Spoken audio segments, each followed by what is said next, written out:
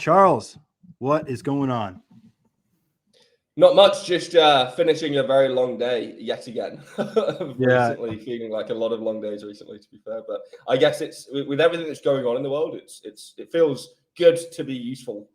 yeah, definitely. And you're based in Chiang Mai, where you guys incur the odd windstorm and probably power outage and such. Yeah, so I moved from Chiang Mai last year, but I live in Thailand still. I live in Koh Samui, so I live in the islands. Yeah, Nice. I love Koh yeah, Samui. I actually been to Koh Samui twice, and very I cool. was on a trip to Koh Phangan. So Yeah, yeah. full I moon, live like 5 minutes from the harbour, so we could nice. go to Koh Phangan in half an hour. That's awesome. So have you been to the full moon and half moon parties? Yep, unfortunately, yes. Which do you prefer, the full moon or the half moon party? There's actually a secret party that nobody knows about, right? And it's called the Eden Party, and it's normally around the same time as full moon. So it's not the same time as half moon. It's normally the same time as full moon. And when you're on Copenhagen, you have to take a little boat, another boat, to get to this other little island, which is like attached to Copenhagen. It's like another island, but like they're like attached under the water, right? And it's wild. It's like a really, really cool party and stuff. And but nobody knows about it. And like, it's very hush hush and things You and have stuff. to And live. I go there. You have to live on Koh Samui for a period of time before you know about that island, I feel like. Yes, exactly. Yeah, it's a secret. So I'm I not, remember, I'm not very good at holding secrets. yeah, obviously, right? So it's funny because I remember the full moon party. It was okay. It was just like it was way overhyped. I found Yeah, being at Hadron Beach there like a couple days before the full moon party was the best experience. Right? It's just yeah. like the ocean's like a toilet bowl of people pissing and puking, and during the full moon party, it wasn't that great. At least that was my experience. Yeah, it's very commercialized and stuff. And now it's like uh it's a bit crazy. So like there's people, obviously, it's a tiny little beachfront, right? And now you've got like these really, really rich people from like China and Russia and Israel and stuff that are coming in, and they like drive in with Rolls Royces to the party. Yeah, and you're like, why is there like 6 Rolls Royces coming down this tiny, narrow street? Like, what? Why did you just walk from the top of the hill? It takes like 20 minutes to drive a mile an hour down this tiny little narrow street in your like $500,000 Rolls Royce, or you could just walk it in 30 seconds. So it's really quite ridiculous now, and it's like I said, it's just too busy. There's just too many people now, and it's gotten overwhelmed and things, and it's not that much fun as it used to be. Hence why you're maybe leaving Koh Samui and taking yourself over to Europe. That's the plan. Yep. So moving back to Europe. So going to Cyprus, hopefully in June or August next year. We're still debating on which month officially to move, but getting out of Thailand. It's just I've been here for 6 years. It'll be 7 years next year, and it's been a long time. I'm only 27, right? That's a long time for somebody my age, and I need to go over to Europe to be closer to clients, be able to fly to more events, be able to fly to the States and Canada to see you guys and to meet up with a lot of clients and do consultations on the ground, because you get paid more in person than you do online. And I've been working towards trying to build more with partnerships in Europe and America, because there's not as many opportunities in Asia, unfortunately. How important is it for you to have those physical relationships where you're actually meeting in person? Because like you said, being in Thailand, you're kind of limited. I mean, there's a lot of SEOs in Thailand, right? So I'm sure you're rubbing shoulders with them. But in terms from a business standpoint and moving businesses forward, how important is it to have that face-to-face meeting on a regular basis? Yeah, 100%. So it would depend on the business and stuff, right? So like there's certain partnerships and certain opportunities that you're only going to be able to meet in person, right?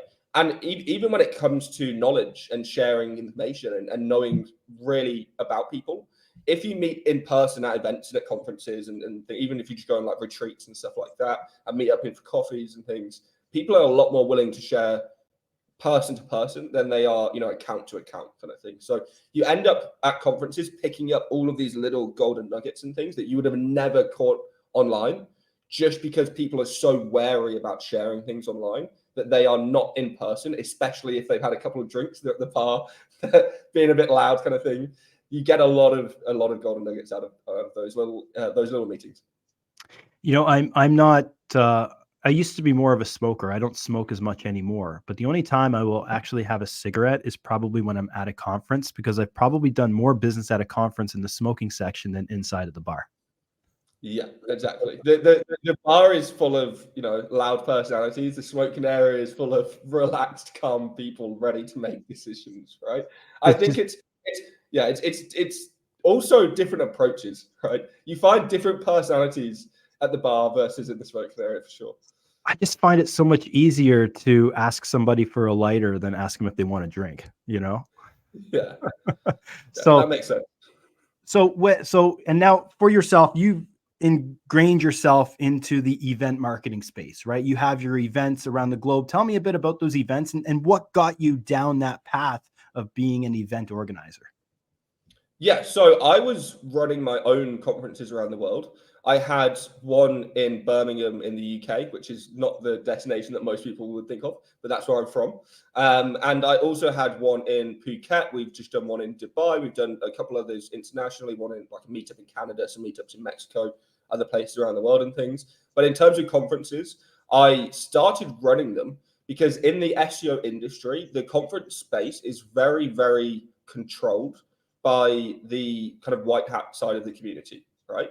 And it means that at those conferences, they censor people, to be honest, right? You can't come on stage and talk about certain topics at a lot of the SEO conferences, especially the biggest ones, because number one, a lot of those conferences invite Google. So they don't want to be seen promoting X, Y, and Z that's against Google when they've literally got the same Google engineers in the room, which I kind of understand, but I also don't really know why you're inviting, you know, the company that you're trying to kind of manipulate into the room in the first place.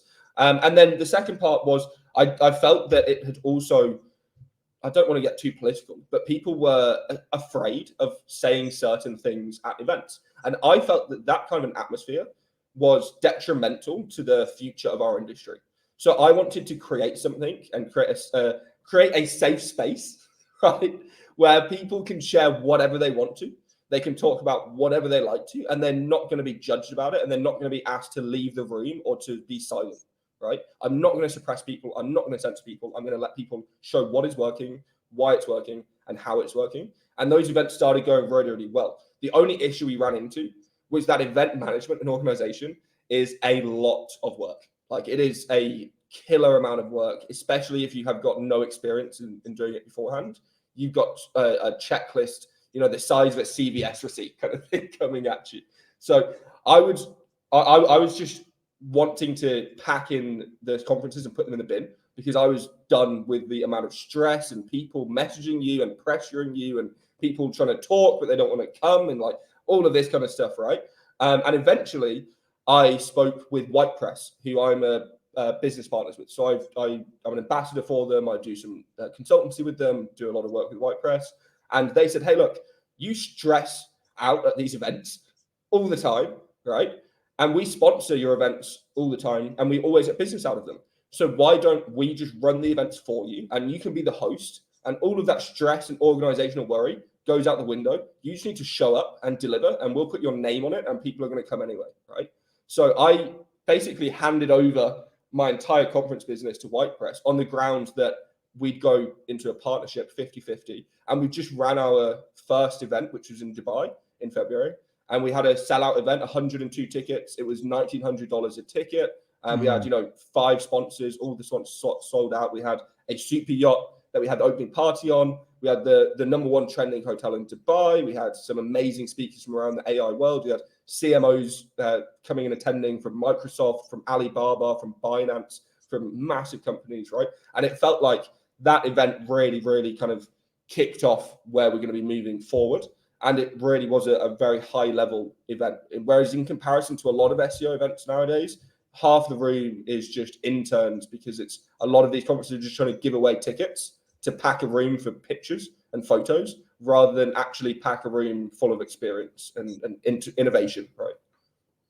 Very interesting. And it's interesting, how the mainstream shows they frown upon certain topics that are being discussed because Google is listening, literally. They're there at the event, of course, right?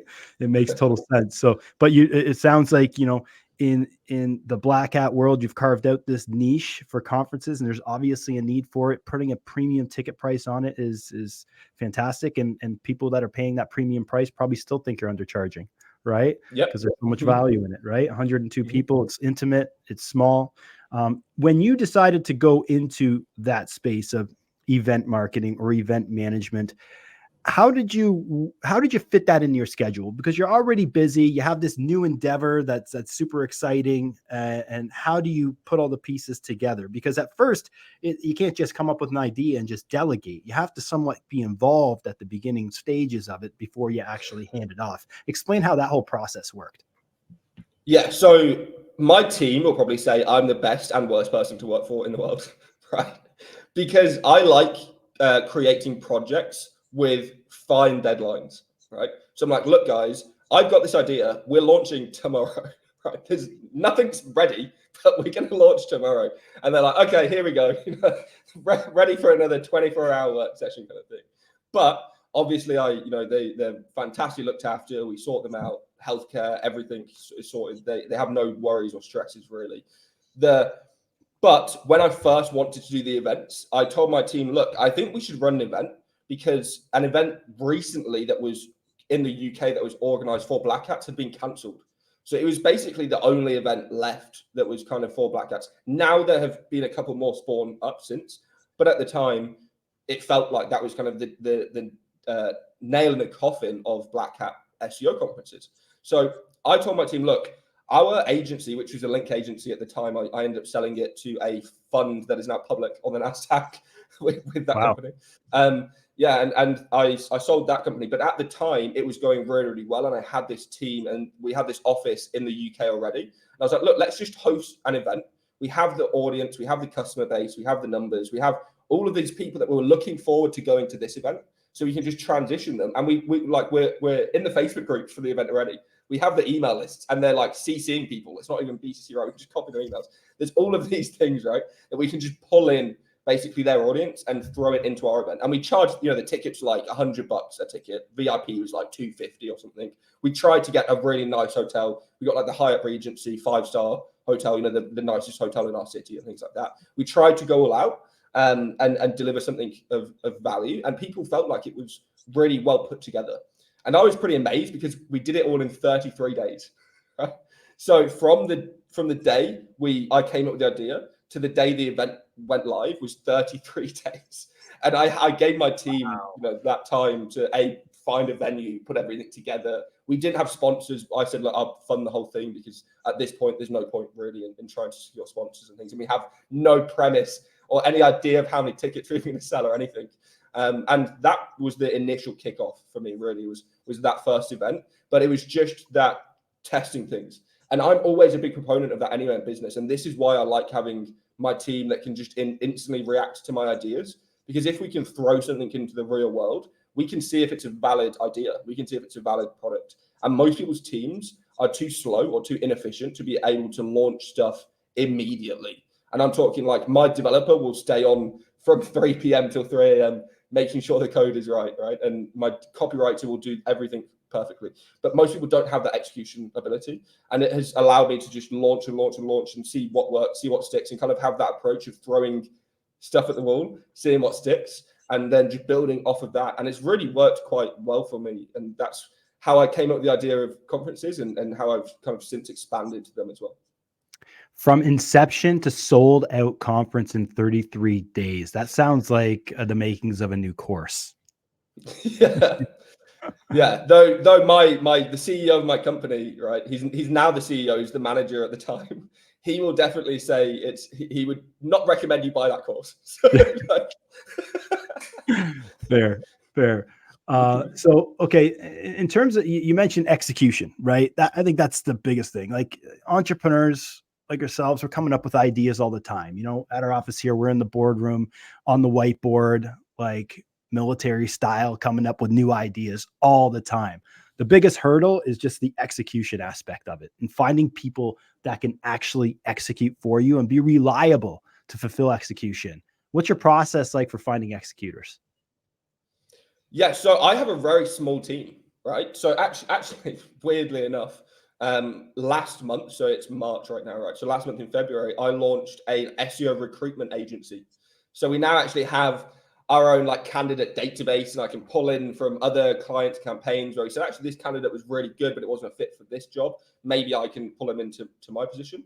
But over time, I've tried to keep my team very, very small, but always just kept an eye out for talent, basically. And I've just slowly gathered this collection of people over time that are very, very skilled at what they do.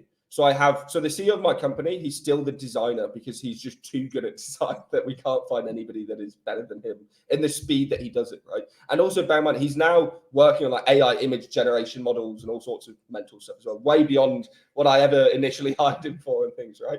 And then I met my copywriter, sorry, because he was the head editor for another SEO tool. They went bankrupt, but I really, really liked their blog. And I was like, hey, how much are they paying you? I'll give you an extra $500 a month. Come work for me, right? And he's worked for me ever since. He was based in the Philippines, but we pay him, US salaries essentially. And then I met our developer off Upwork. I was just trialing people off Upwork for developers. And he passed our challenge, the fastest, best, and most capable, right? And then we just started using him forever. And now we've used him for basically everything. And he's our head of engineering. And he's on a decent US salary, and he's based in India. So, With the emergence of AI, what kind of an impact has that had on your talent pool or your workforce? Have you reduced the amount of people that are working for you by having AI replace them? Are they using AI as a superpower? How does that shake down for your employees? yeah. So my top level guys, they've all gone from like this much ability to this much ability, right? Like they have scaled beyond anything. Like, my designer is a perfect example. He used to be able to make a YouTube thumbnail, and bear in mind, he does CRO, consumer psychology based thumbnails for YouTube. So it's high CTR thumbnails, 15% CTR in some videos and things, right? He used to be able to make one or two of them a day because of the amount of time and resources and everything. He'd be like custom editing a dragon in the background and things like that and stuff. It would be a lot of work. Nowadays, it's just AI. And the thing that a lot of people don't realize when they're generating AI images is something that he's taught me, which is, again, this is the other thing. Listen to your employees, right? If you've hired someone who's really good at design, chances are they know things about design that you don't, right? So I spoke to them. I was like, hey, how are you doing this? Because your images look so much better than mine when they're outputting. And he's like, oh, that's not Midjourney.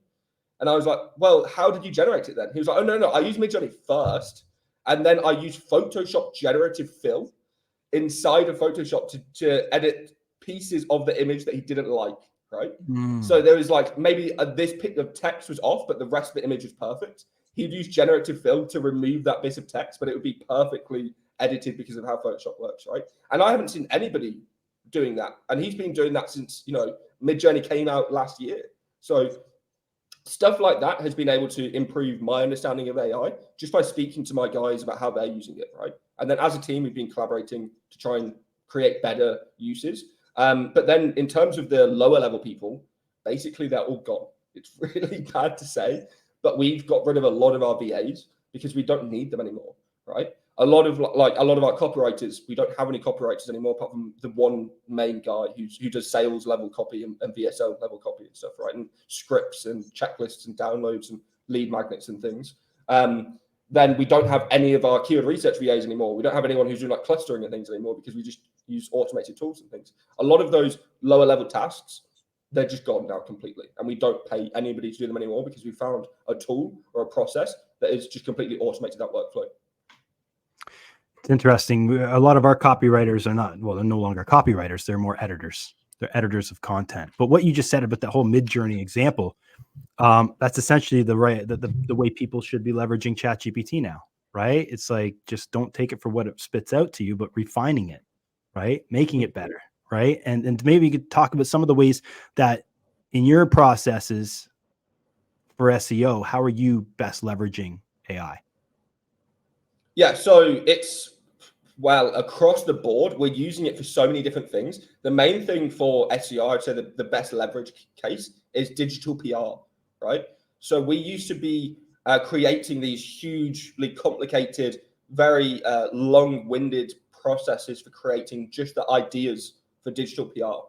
So, if you think about, we've done a lot of stuff like gambling.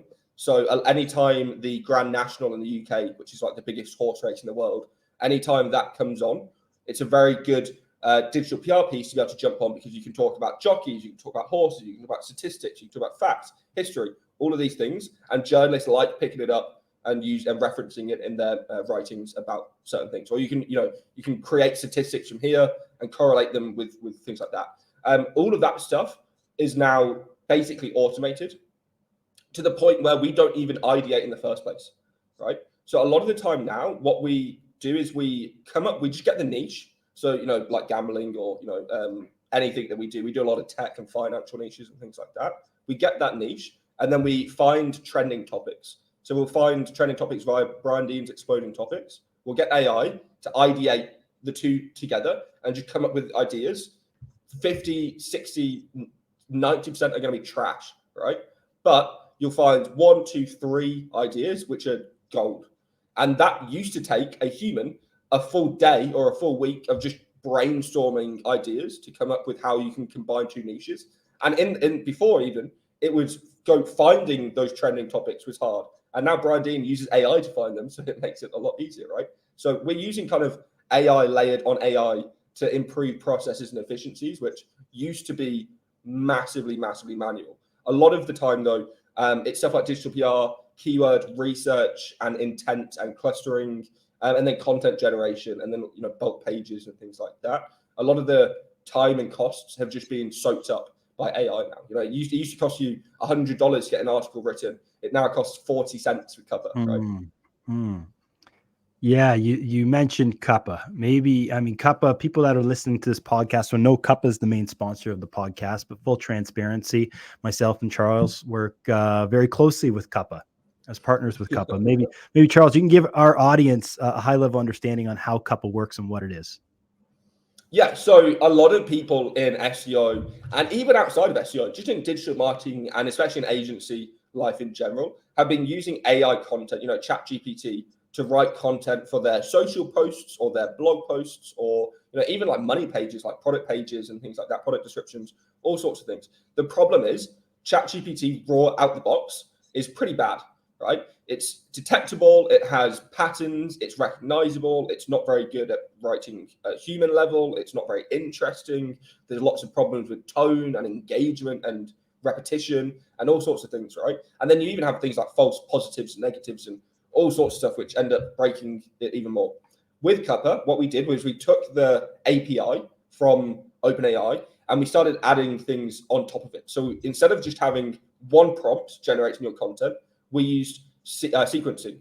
So you do multiple sequencing to generate different parts of the article at different times. And then you add in, for example, instead of generating the introduction first, we create the article and then we write the introduction at the end as a concise rewrite of the entire article, basically, right? So you're not creating an introduction before you create the piece of content, because again, that doesn't really work in the real world. And most people will write the intro and the conclusion after they've written the main piece of content. And we do the same thing, again, humanizing ChatGPT essentially. Then we also have things like vectorization, which is really, really nerdy, but essentially all it means is that we turn keywords and words that ChatGPT repeatedly uses, and we try and make them more random or more human or more human-like. And we try and use words delve, exactly. elevate, Landscape, unlock, realm. yeah, all of these things, right? We try and make sure that those words are being used and that human words are being used. So it's a natural language processing algorithm. And then finally, we use sequencing, layering, and then finally we also use additional tactics as well, which is called RAG, or retrieval augmented generation, which is where we'll find the top 20 pages that are ranking for your keyword. We'll analyze the content in them, and then we'll use that content analysis in our creation of the content as well. So what problem is it best serving for SEO's Cuppa? Like what's the pain point that it's really addressing at its core from a very high level? Yeah, it's a content generation suite. So the main thing that people struggle with in SEO is the content initially, right? If you imagine Amazon right now has literally got like 1 trillion words on its website. That's quite a scary thought of someone having to create 1 trillion words to compete with Amazon. But when you use AI in the mix, that 1 trillion words is actually a lot less of amount of time to go and create. Right? It's not a lifetime amount of work anymore. And I think that's for a lot of our listeners out there that might not be SEOs, they can still benefit from a platform like Cuppa, right? They can definitely, if you're creating any sort of a blog or any sort of an affiliate website, you're definitely going to benefit from a platform like Cuppa. What are some of the best success stories that you've seen thus far, Charles, and maybe a success story that you've had yourself with Cuppa? Yeah, so in general, the best I personally had is using free Parasite pages. So Parasite SEO is a whole avenue we could go down because it's very technical and high level stuff. But essentially, Google favors websites with more authority, more trust, and more links and things than other websites. So, the BBC, slightly more trusted by Google than like a little mommy blog or something like that, right? So you can abuse that trust and authority in Google by creating pages on websites that allow you to buy those pages or build those pages. So it might be building like on Medium, or it might be buying them on like a local newspaper website. I use Cuppa to create as many posts that are optimized for that keyword as possible, and then post them on the free Parasite pages, and just again throwing at a wall and seeing what sticks, and just trying to see which pages we can rank. But Cuppa has allowed me to create those pages in an hour. It used to be I have to create a sheet of the content, then I have to tell the writers what word count I have to, then I have to make sure it's edited, then I have to make sure it's copies get passed, then I have to make sure it's not stolen from another website, plagiarized, all of these things, right? I don't have to do any of that anymore because I know that out the box, this content is going to be good enough to rank. Where is this all going? Right? Like right now, this is how it's working for us today. Where do you see all of this trending and going in the next 6 months, a year? What are we going to be doing in a year's time? It's very difficult to say because like if you take Sora as an example, right? Most people's idea of AI video generation was very basic until Sora came out, and then everyone lost their minds. I think the exact same thing is going to happen over and over again. Unfortunately, people aren't going to expect these things to happen because it's so kind of sci-fi-esque, and we're going to see more rapid advancements, and it's going to affect industries and technologies that people didn't expect it to affect. And because again, it's fairly hard to predict these technologies and things without being in the midst of them, because we only know so much based on releases, right? So our understanding is based on the current releases and current news cycle of the technology. But the technology news cycle is very different to where the technology actually is. And these journalists don't fully have an understanding of any of the technologies at all.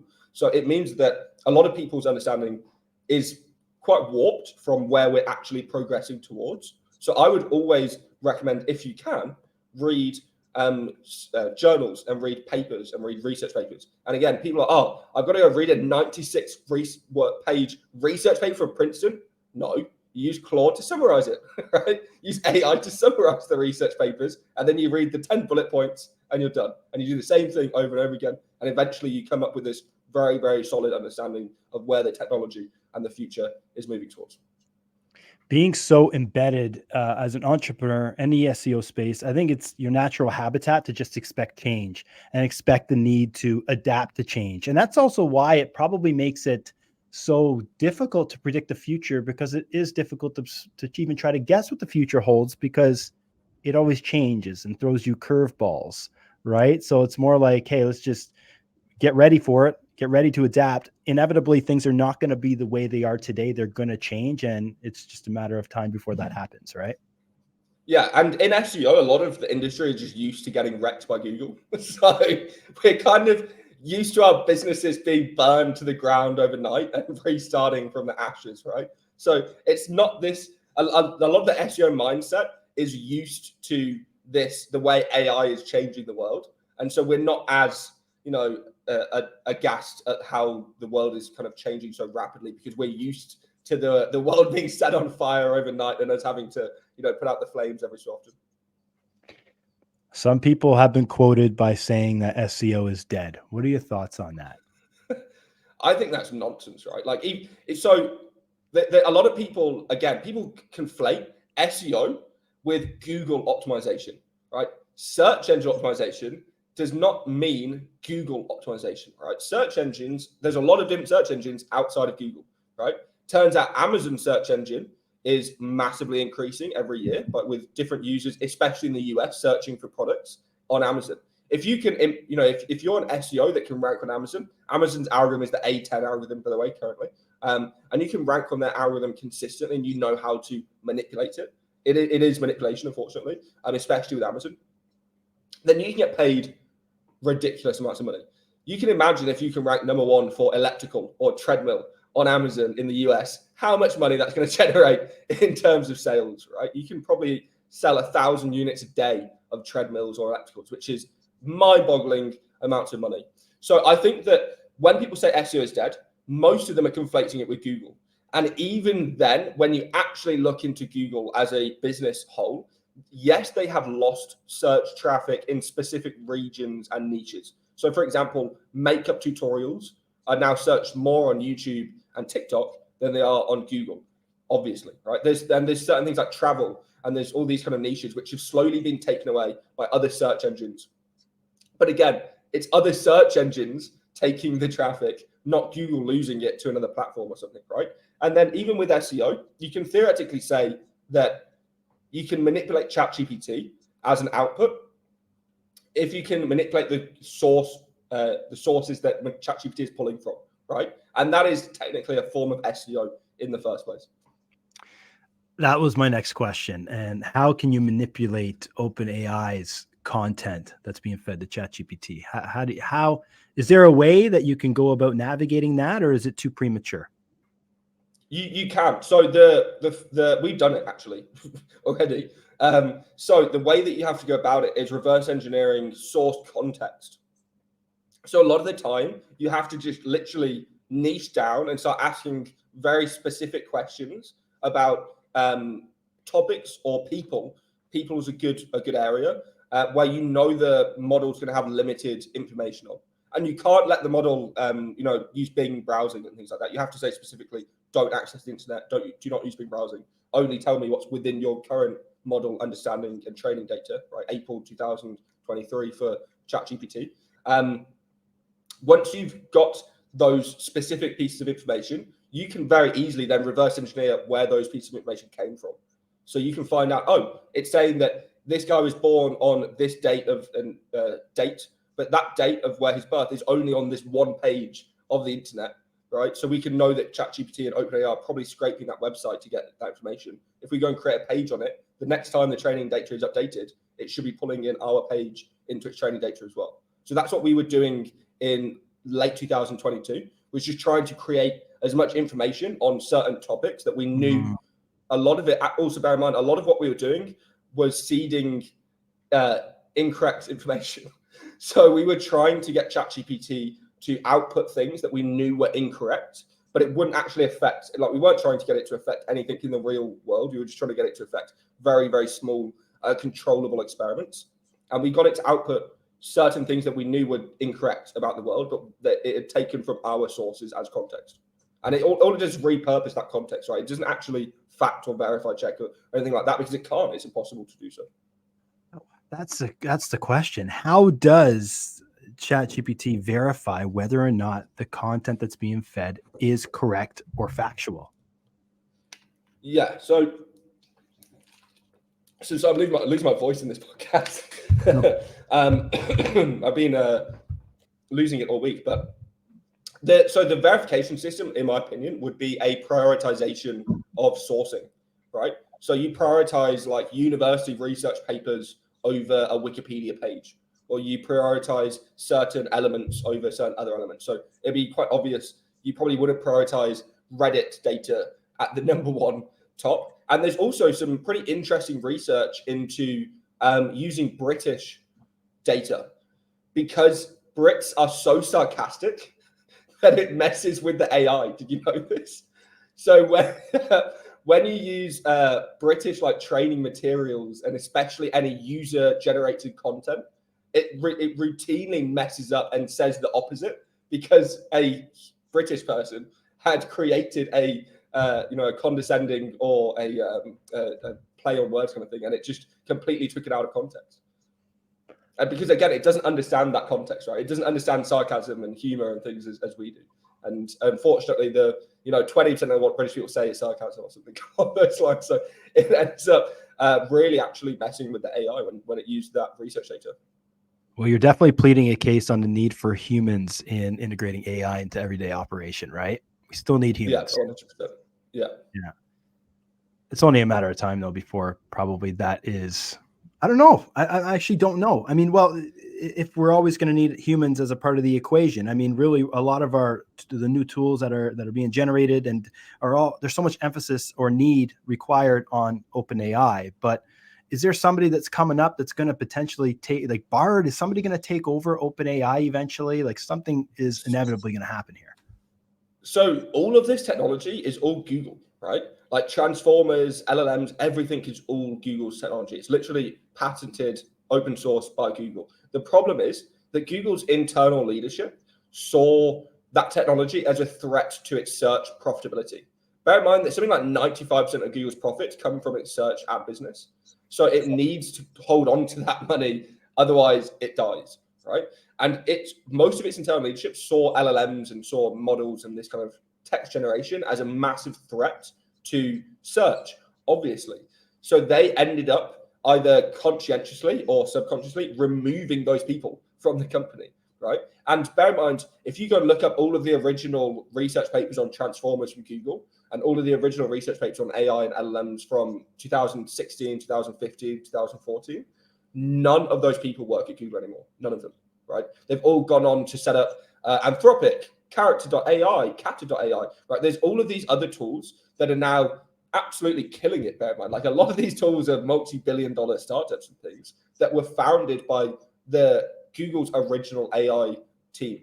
And those people, again, they've all left. So I don't see how Google necessarily claws its way back when it's got this kind of Frankenstein-esque AI, right? So it's had all of these people over the years work on it and contribute to it. And now all those people who have contributed to it, who know what they contributed and know the history of that product, have gone. And so it's these people who are just trying to kind of do surgery on a body that they have, like an alien body that they have no idea really about, right? So it creates these outputs which are damaging to the company and that they've done repeatedly. So they've done these releases which are fakes, or they're using different information, or they're using video editing to show products that aren't real and things. And that's really damaging, just to play catch up, right? It's not even like they're trying to outshine OpenAI. They're just trying to play catch up to them with their own technology, and they're still failing at that. So, and then we can talk about the whole, image wokeness and AI talk, and, you can't talk about white people and things. That's fucking insane. But that's also a kind of symptom of their politicalness internally. Whereas you can see it kind of with Microsoft's side, they have let the politics go out the window, and they're just 100% focused on the product and on the services. And also, I think Microsoft have got slightly a bit more control because every government on the planet still uses Windows. and so they kind of need to phone Microsoft every so often to kind of come and fix their computers. So maybe that does give them a little bit more leeway. But in general, Microsoft are just winning this war. And I don't even necessarily think it's OpenAI that are going to be, the future. I think it will be Microsoft, because they've consolidated power with inside of OpenAI even, so that even any glimpses of AGI, which in reference to that paper, if you know that paper, will be pushed and kind of moved out of the OpenAI non-profit and straight into the profitability center of Microsoft. And that's what I think will happen, because that AGI just changes the world.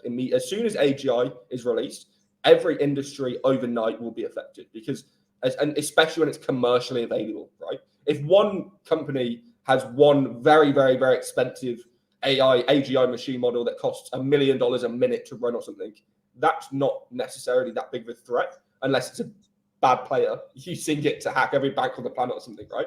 But until that kind of moment, that company then controls market share of every other market on the planet, right? Which is very scary and kind of dystopian to think about. And let's hope that they are the good guys.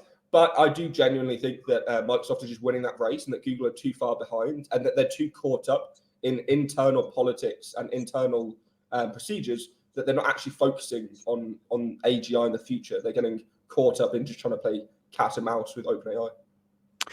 That was one of the conflicting themes with the whole Sam Altman going back and forth from Microsoft back to OpenAI. It was the point of how quickly do you release the beast to the public, and whether or not you should control the iterations that are released out there. What are your thoughts on that? Should they just kind of open up the floodgates, or should they put limitations on it? Yeah, I definitely think you need alignment. You need it to align with human interests and things, right? You can't just let something that might be damaging, might be negative, might be conscientious, and might see us as a threat into the real world. Because as soon as it is kind of within the real world systems, you lose track of it, right?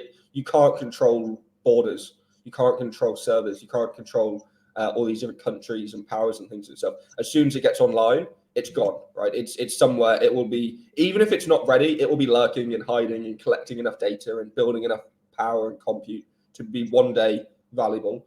But that's the issue. You have to keep everything in a locked room, locked, sealed, until you know it's ready. And I think that OpenAI are fairly good, gatekeepers of that. But again, with the recent turmoil and Sam Altman saga and things like that, it's shown the weakness in the hinges on the door, kind of thing as well. Charles, this has been awesome. I know you're super busy. You're losing your voice. I appreciate your time. And where you are in the world right now, getting close to, no worries, it's getting close to sleep time. But how can our audience get in touch with you if they have any questions, and what do you got going on right now if you want people to check out? Yeah. If I'm not dying, literally, like my throat is. As long as you don't die, just stay alive. Yes. Okay. So I am all over the place. Unfortunately, it's the internet. So you can follow me on YouTube, Twitter, LinkedIn, everything. Just Google my name. I will be there. Hopefully, I won't be dying in that instance, but I am right now. It's literally 10 p.m. and I don't know what's going on. My allergies are just playing up to some different degree right now. But Jesus, yeah, I'm just slowly dying on this podcast. But it's been a great episode. Yeah, definitely. Good chatting with you. And finally, we've been connected for a while, so I'm glad we had this time to get to meet and chat. So, but yeah, again, check out Charles on all the socials. He's super active on Twitter. Definitely check him out there. Thanks again, Charles. Appreciate your time. Thank you for having me on. I enjoyed it. Peace, guys.